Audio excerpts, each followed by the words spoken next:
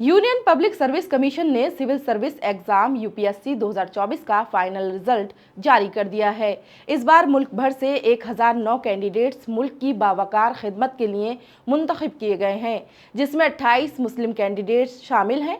मुल्क के सबसे बावकार तालीमी इदारों में शामिल जामिया मिलिया इस्लामिया की रेजिडेंशियल कोचिंग अकेडमी RCA में तैयारी कर रहे 32 कैंडिडेट्स ने यूपीएससी में कामयाबी का झंडा लहराया है। जामिया मिलिया इस्लामिया की तरफ से जारी मालूमात के मुताबिक यूनिवर्सिटी के RCA से तैयारी करने वाले कुल 78 स्टूडेंट ने इंटरव्यू में हिस्सा लिया था।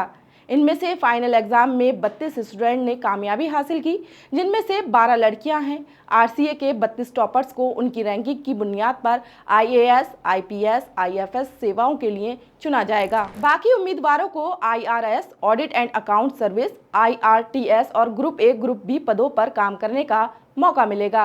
इस साल जामिया के RCA से पढ़ाई करने वाले Alfred Thoms top rank holder हैं। उनकी ऑल इंडिया रैंक 33 है। उनके बाद इरम चौधरी का नंबर आता है। इरम चौधरी की ऑल इंडिया रैंक 40 है। वो यूपीएससी में मुंतखब होने वाले मुस्लिम कैंडिडेट्स में टॉप पर हैं। इसके बाद RCA की रुचिका झा ने 51वीं रैंक हासिल की है। इस बार प्रयागराज की शक्ति दुबे ने मुल्क भर में टॉप किया है। एग्जाम के जरिए कुल 1129 खाली पदों पर 1009 कैंडिडेट्स का चयन किया गया है। इनमें जनरल कैटेगरी के 335, EWS के 109, OBC के 318, SC के 160 और ST वर्ग के 87 उम्मीदवार शामिल हैं। फाइनल मार्क्स की सूची रिजल्ट के लगभग 15 दिनों के बाद जारी की जाएगी।